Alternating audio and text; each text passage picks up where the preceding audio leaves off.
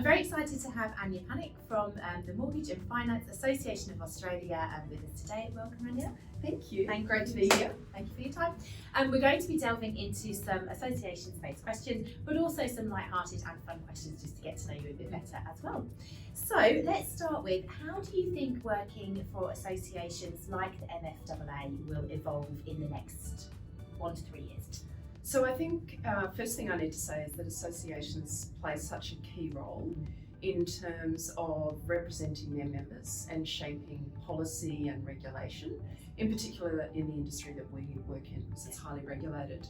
And I think if I sort of look forward over the next 2 to 3 years, there is just going to be so much dramatic change in the environment in which consumers and business owners operate in and how they seek finance. So I think how an association stays on top of that and becomes and ensures that it's very relevant in that type of environment. How associations think about AI and technology impacting the businesses and lives of their members and clients. I think that's a very sort of relevant factor as well. Huge, yes. And also just thinking about that in terms of running an association. Associations are very typically small organisations that try and operate at scale. So how do we think about AI and technology in terms of member engagement and member experience, and making sure that our activities are really relevant for our members and they understand where we're focused as well? Yeah, absolutely. And communicating that to them, really, presumably. Yes. And in a really effective way. Yes. In a landscape that's actually really busy. You know, gone are the days when as an association we used to send out your quarterly, magazine.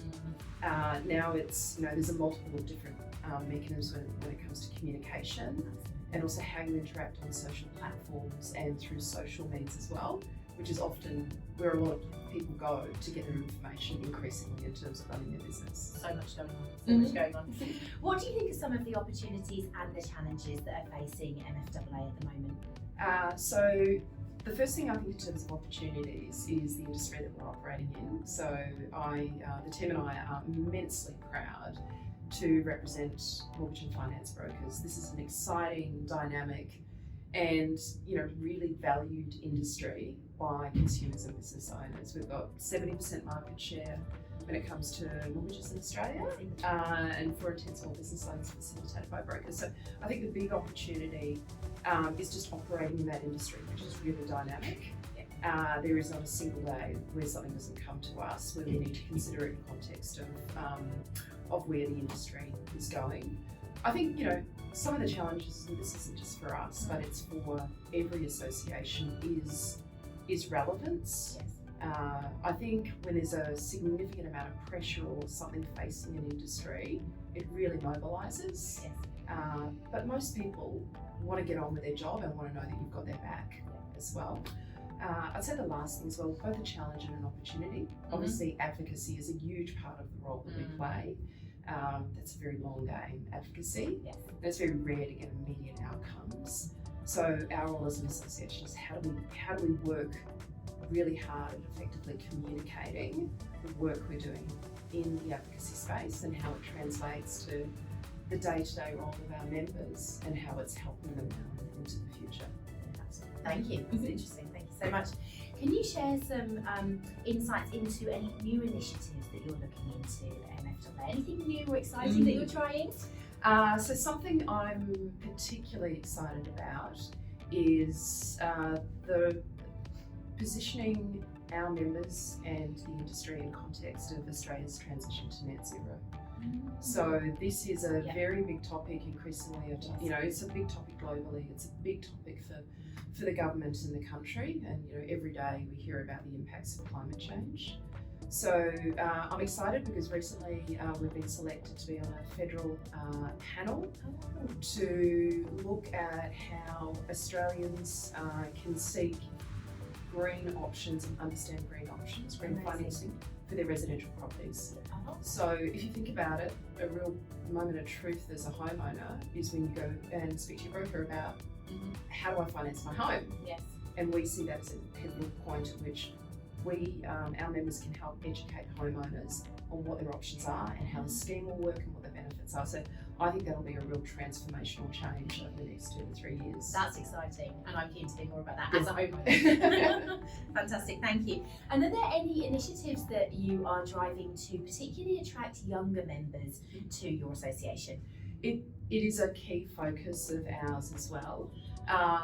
We're an industry that's got really long tenure as well. Yeah. So the first thing for me is just proactively promoting the industry as an industry of choice, that it is it's inclusive. We have a number of diversity, equity and inclusion initiatives. Great. It's also how we promote the industry through, if it's through schools or universities or TAFEs, so people actually understand what is involved and why it is a great industry. And then also bringing, when people come in, ensuring that they've actually got the right support to be successful over the longer term as well.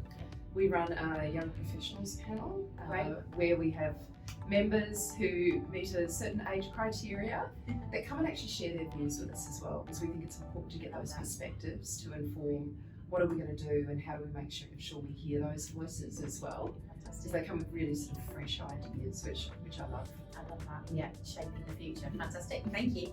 Are there any challenges? I'm sure there's many, but are there any that keep you awake at night? I think any CEO in any sort of role, I think there are always challenges. I think from my perspective, in terms of where we are as an association and an industry, we are in a really good space. But because the industry is so significant in terms of the important decisions that Australians make, we always have to be vigilant and on the front foot whenever we see thematics come through in terms of conduct, and be ready to act. So it's that, hold on, is this a trend? Is it a once-off? What do we need to do? What do we need to do in terms of education as well, to address an issue right up front as well? And also, I think the flip side of that is making sure that, we represent the 99.9% of brokers in this country who do just the most amazing job for their clients. Yes. It's just making sure that, if something goes wrong, we address it, we, approach it with education, and we just, continue to let the industry grow. Approach with education, I like that. Yeah, it's a great mindset. Amidst all the professional juggling and busyness of your life, what's the one guilty pleasure that gets you through a hectic day? The one I'll disclose, or the one? No. So we allow a fair amount of flexibility at our organisation. So probably I take the opportunity to disconnect. I'm a mad dog mum. So I would show you photos of my dog, but they're on my other phone. So for me, it's just that sort of disconnect, hold on, grab the dogs and go for a walk. Great. And just get some fresh air and just sort of get some perspective as well. That's really important for me. Thankfully, I don't like chocolate. I can't believe I'm saying that. And if it's later in the day, then we'll relax on the couch. Lovely. No, I do. I appreciate the dog thing as well. I think it's great that they connect you with nature as well, don't they? Because they need to be walked. They're very smart animals. They know that you need to be outside, and they make that happen. Which is great. I love that. And they don't answer back. That's my favourite thing about my dog. That's great. Thank you so much. Can you share with us one quirky or unexpected hobby that you might have? So something that you like to do to relax? Oh my goodness, I've just shared that before. I'm a bit of a fan of exercise. I just think it helps sort of reset. It's probably not even quirky, but I do like that because I live in Brisbane. All the Brisbaneites who hear this will know this as well. Like, there's something the sun up in summer and winter, so it's not unusual to get up at like 4 in the morning, which people in a lot of other parts of the country think is really peculiar, but you just do it just because the daylight's up. It's probably not quirky, but I just love it because your whole day starts early and you can just get on top of things, which is great, and actually fit in all the life things before work starts. There's nothing like seeing a sunrise either, is there? Yes. It's pretty special. So thank you, that's great. What is your favourite cocktail when somebody else is paying? Oh. God, I don't mind a dirty vodka martini. Dirty vodka martini. Yes, Okay. yes. No, that's a good one. Just a little bit dirty, not very dirty, just a little bit dirty. Okay, that's And just the one. just the one. Because two would be trouble. Oh, I like the sound of trouble. That's fantastic. And if you have had more than two, what song gets you running for the dance floor? Are you a dance floor person? Safety in numbers? Yeah, I've probably spent too much of my too much of the 90s and noughties on the dance floor. God, I don't know. I love a bit of Lionel Richie. Oh, You know, yeah, that classic. a bit more classic. I actually, I did grow up with my dad listening to ABBA, so I don't mind a bit of that as well. So maybe a bit sort of more old school as well. So Yeah. now I'm really showing my age and I'm going to stop No, I talking. love that. No, I think they're both great artists. Fantastic, thank you. And do you have one special skill that might surprise us? It could be a party trick, or it could be in the context of work. I think this surprises new team members. I think this surprises the team members that I've got at the moment. I'm actually really good at Excel, and sometimes I think it drives people insane. Yep. The joys of having been an accountant for many years as well. Yeah. So Krogon's jobs. That's a great skill to have. Yeah, everybody loves Excel. So that's fantastic. That's everything. Thank you so much. Thanks.